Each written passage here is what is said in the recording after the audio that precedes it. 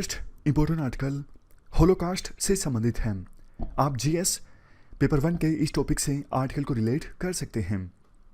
Holocaust का मतलब क्या है? देखो, सेकेंड वर्ल्ड वॉर के दौरान नाजी रेजिम ने 60 लाख यानी 6 मिलियन यूरोपियन ज्यूज की हत्या कर दी।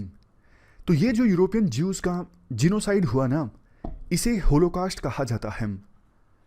देखो, इतने सारे ज्यूज की हत्या करना ये अपने आप में डरावना है, लेकिन उससे भी ज़्यादा डरावनी चीज़ ये है, जिस स्टेट की जिम्मेदारी होती है अपने नागरिकों को सुविधाएं प्रोवाइड करना, राइट्स प्रोवाइड करना, अगर वही स्टेट सिस्टमेटिक ढंग से अपने ही नागरिकों को मारना स्टार्ट कर देता है तो उससे ज़्यादा बुरा क्या होगा। इसके लिए कॉन्सेंट्रेशन कैंप्स इस्टेब्लिश किए गए थे। ज्यूज को मारने के लिए गैस चैम्बर्स का इस्तेमाल किया गया था।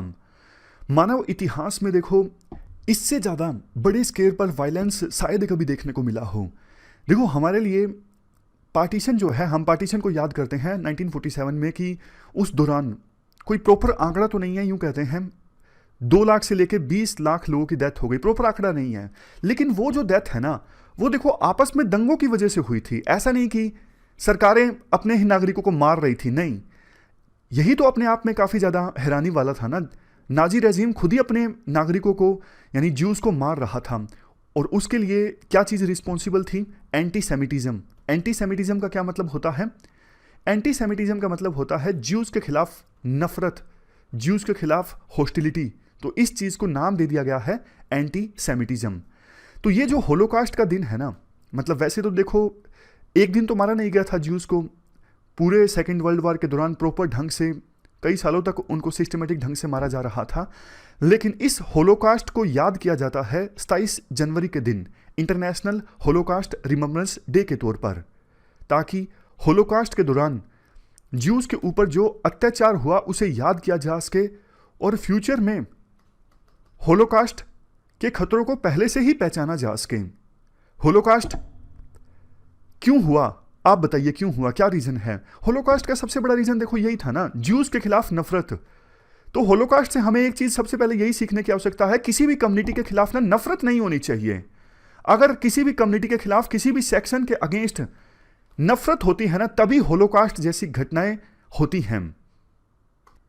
तो होलोकास्ट रिमेम्बरेंस डे जो है 27 जनवरी को, यानी आज, ये हमें याद दिलाता है don't spread the hatred. Hatred मत फैलाओ और हेट्रेड मत फैलने दो। बट देखो, सिचुएशन आज के समय में उतनी ज़्यादा अच्छी है नहीं। होलोकास्ट को आज के समय में लोग भूल रहे हैं। बहुत सारी यंगर जनरेशन के लोग ऐसे हैं जो होलोकास्ट के बारे में जानते भी नहीं हैं। और एंटी सेमिटिज्म यानी ज्यूज के खिलाफ नफरत जो है वो भी बढ़ रही है।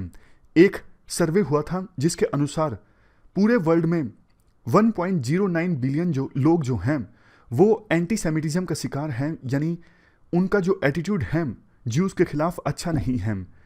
एशिया में जिनका सर्वे किया गया उसमें से देखो सिर्फ 23% लोग ऐसे हैं जिन्होंने होलोकास्ट के बारे में कभी सुना है।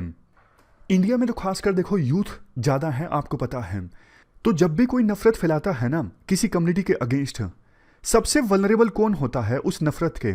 जाहिर तौर पर यूथ होते हैं। यूथ आज के समय में देखो सोशल मीडिया एक्सेस करते हैं, किसी कम्युनिटी के अगेंस्ट नफरत वाली वीडियो आते हैं तो यूथ उन वीडियोस को ज़्यादा देखते हैं, और फिर उनके विचार भी जो हैं वो चेंज हो जाते हैं, वो भी नफरत का शिकार हो जाते हैं। तो आज के समय में ना यूथ को होलोकास्ट के बारे में बताने की आवश्यकता है। होलोकास्ट से क्या कुछ सीखने की आवश्यकता है, क्या क्या मोरल इश्यूज इन्वॉल्व हैं, इन सब चीज़ों को लेकर यूथ के साथ एंगेज करने की आवश्यकता है। और कैसे एंगेज किया जा सकता है यूथ के साथ इस इशू पर? एजुकेशन के थ्रू। करिकुलम में अगर देखो होलोकास्ट का जिक्र हो तो यूथ ज़्यादा जागरूक होंगे कम्युनिकेशन के थ्रू, जैसे एड कैंपेन्स, शॉर्ट स्टोरीज, इसके अलावा कनेक्टिविटी। और देखो, यूथ को अवेयर करना इसलिए भी ज़रूरी हो जाता है क्योंकि ये जो सोशल मीडिया प्लेटफॉर्म्स है ना, फेसबुक, यूट्यूब, बेशक कितना बोलें कि हम नफ़रत को नहीं फैलने देते अपने प्लेटफॉर्म्स पर, लेकिन इनकी जो टीम्स है ना इतनी भी कैपेबल नहीं है कि नफ़रत भरे जो कंटेंट है उनको पूरी तरह से रोका जा सके। बहुत से लोग रीजनल लैंग्वेज में हेट्रेड फैला देते हैं, लोकल लैंग्वेज में।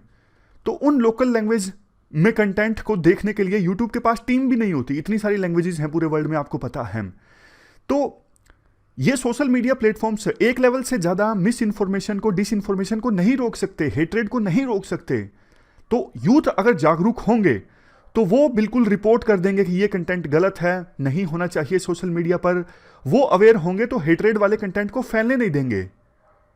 वैसे भी देखो, एक चीज आपको पता है, अगर कोई नेगेटिव चीज है ना, वो इंटरनेट पर आग की तरह फैलती है। पॉजिटिव चीजों को लोग कम शेयर करते हैं, नेगेटिव चीजों को लोग ज्यादा शेयर करते हैं। ये ह्यूमन बींग्स की साइकोलॉजी होती है।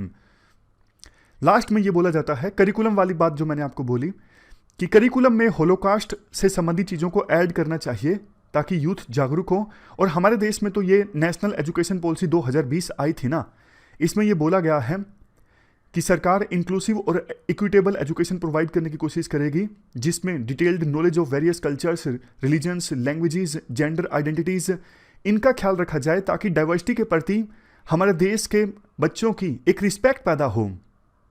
इसके अलावा बोला जाता है कॉन्फ्रेंस आयोजित होगी जिसमें यूनेस्को, इजराइल, जर्मनी, इनके जो लोग हैं वो हमारे देश में एजुकेटर्स को जागरूक करेंगे कि कैसे आप बच्चों को होलोकास्ट के बारे में बता सकते हैं ताकि होलोकास्ट जैसी जो घटनाएं हैं वो फ्यूचर में पूरी तरह से अवॉइड की जा सकें। तो ये पूरा आर्टिकल हमने डिस्कस किया होलोकास्ट से संबंधित। इसको देखो एथिक्स में भी यूज किया जा सकता है।